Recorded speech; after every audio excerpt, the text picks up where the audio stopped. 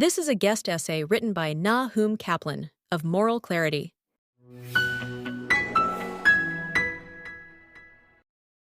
U.S. presidential contenders Donald Trump and Kamala Harris and United Kingdom Prime Minister Keir Starmer all have something in common. They have Jewish family members. Harris and Starmer have Jewish spouses, while Trump's daughter Ivanka and son-in-law Jared Kushner are Jewish.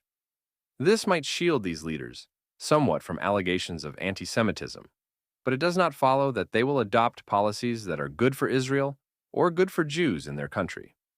It is possible to love a person who is Jewish, while harboring suspicion of, or a dislike for, Jews as a group or as a concept.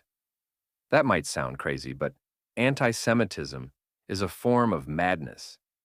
Anti-Semites do not hate Jews for what they do or for who they are, but for what they represent. To some Muslims and Christians, Jews stand as a living testimony that not everyone who witnessed Jesus and Muhammad's teachings and miracles was impressed. To those jealous of some Jews' educational and financial success, Jews represent a scapegoat for their financial insecurity. There are many other examples, but the point is that an individual Jew may not represent any such insecurities, but Jews as a group or concept may. Having Jewish family members does not stop someone from being overly sympathetic to the Palestinians or not liking an Israeli government's policies. Even being Jewish does not stop this. While the vast majority of Jews are Zionists, with those few who are not being deranged and unworthy of attention, there are plenty who oppose Israel's war with Hamas and Israeli policies more broadly. Being married to a Jew does not magically bless someone with critical thinking powers. The woke virus and its attendant brain rot can afflict anyone, and this is where much of anti-Semitism is emanating nowadays. It might seem odd to dislike Jews when you have Jewish family members, but people are capable of extraordinary cognitive dissonance. Just think about Queers for Palestine or Gays for Gaza. In fact, we all probably need some cognitive dissonance just to function. For example, you might think that we are facing an existential climate emergency, but you still need to drive to school to pick up the kids in a gasoline-fueled motor vehicle. Trump danced at his daughter's Orthodox Jewish wedding and trusts Kushner greatly, but that does not stop Trump from leaning into anti-Semitic tropes when it suits him, or when he wanders into one of his meandering rambles through Crazy Town. In 2019, at a Republican-Jewish coalition event, he referred to Benjamin Netanyahu as your prime minister, as if American Jews were Israelis, feeding the trope that American Jews have dual loyalty. Then, in a 2020 call after Rosh Hashanah, Trump told American Jewish leaders, "We really appreciate you. We also love your country." The implication again is that Israel is their country, not the U.S. Dual loyalty is an old trope used to portray Jews as untrustworthy. Trump also entertains Holocaust deniers, such as neo-Nazi podcaster Nick Fuentes, an utterly despicable human being, whom Trump hosted at his Florida residence. He also leans into Nazi-like language. For example, his comments that immigrants are poisoning the blood of the country is classic Nazi propaganda from the 1930s. It is anyone's guess whether Trump does this because he believes it, to woo the racist extremists in his party, to stir up controversy, or because he just has such an unsophisticated view of race and religion. He is certainly campaigning hard for the Jewish vote now, knowing that American Jews, many of whom traditionally support his political opponents, the Democrats, are more disillusioned with the party than they have ever been. They are especially suspicious of the poisonous anti-Semitism on the party's increasingly influential far left.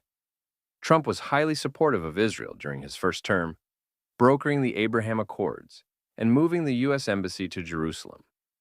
So he is an example of someone who has Jewish family members and supports Israel, yet is tainted with anti-Semitism. Then, there is Kamala Harris, whose husband Doug Emhoff is Jewish. Emhoff is very much a progressive liberal, and that makes him a personification of the struggle many left-leaning American Jews face.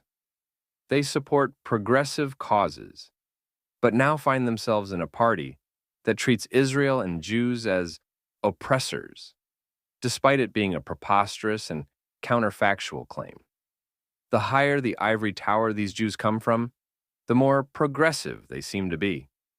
Emhoff's tower is so high that he probably cannot see the open anti-Semitism and anxiety that ordinary American Jews are feeling on the ground.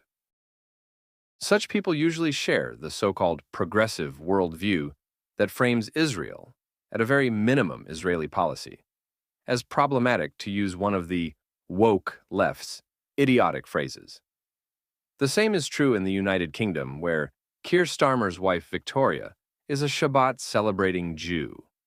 These people being Jewish does not protect them from woke cluelessness, so they are not necessarily a constraint on their partner's policies. The idea that a Jewish first gentleman or first lady is something Jews should attach hope to is a mistake. Starmer and Harris have been married to Jews for years, and this has not stopped them from having policies that are unreasonably critical of Israel and overly sympathetic to the Palestinians, despite the latter's vile terrorism and genocidal goals. Starmer has only been UK Prime Minister for a few months, and he has already adopted less Israel-friendly policies. Many in his party, which is infested with anti-Semitism, despite Starmer's efforts to disinfect it, would like him to go even further, which he may do yet. He has said that he would like to recognize a Palestinian state as part of a peace process. Evidently, he sees nothing wrong with rewarding Palestinian terror with statehood.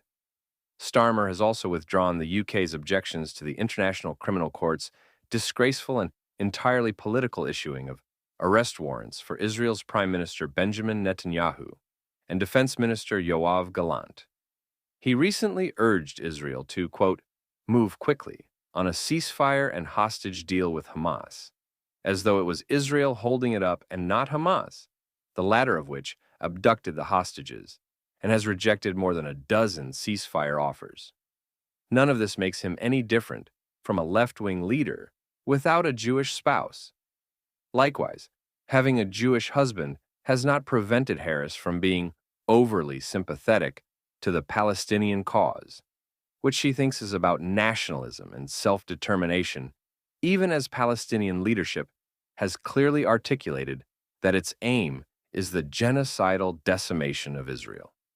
While Harris made much fanfare of her support for Israel at the Democratic National Convention last week, including admirably not giving a platform to Palestinian speakers, her speech was unconvincing. She made the irritatingly balanced comment that an immediate ceasefire was needed such that Israel is secure, the hostages are released, the suffering in Gaza ends, and the Palestinian people can realize their right to dignity, security, freedom, and self-determination.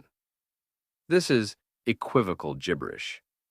A ceasefire will achieve none of those aims. It will achieve the precise opposite, allowing Hamas to regroup and return to pursuing its genocidal goals. This follows her snubbing of Netanyahu's speech to U.S. Congress last month, and her telling him that she, quote, will not be silent about humanitarian issues in Gaza. She has even praised the bigoted anti-Israel protesters who have put fear into the hearts of Jewish students across U.S. universities, as, quote, showing exactly what the human emotion should be. I cannot think of a more categorically incorrect statement than that. Harris's views on Israel are not that different from many others in her party. So clearly having a Jewish spouse has not been a moderating force. There is also not a clear link between being anti-Semitic and adopting anti-Israel rhetoric and policies. One could not be anti-Semitic, but think that supporting Israel is not in their nation's strategic interests. Mind you, if someone does not see supporting the only democracy in the Middle East, a region of dictators, clerical madmen, and thuggish warlords, as in their country's strategic interests, then we should be deeply suspicious of their motivations. Equally, it is possible to be anti-Semitic, but pro-Israel if supporting the Jewish state is deemed strategically wise. Former U.S. Presidents Richard Nixon and Harry Truman were both anti-Semites, but they viewed supporting Israel as necessary to have a bulwark against Soviet expansionism in the Middle East. Such a leader might be good for Israel, but not so good for American Jews. Then there is the small matter of votes. Politicians of principle are as rare as poltergeists. Politicians will do anything to win votes, and awkward conversations over the family dinner table will not stop them. We must not allow leaders and candidates who have Jewish family members to get a free pass on policies towards Israel and dealing with anti-Semitism. We must look to their words, actions, policies, support bases, and advisors whose interests they serve to decide whether they would protect Jewish interests at home as well as those of Israel.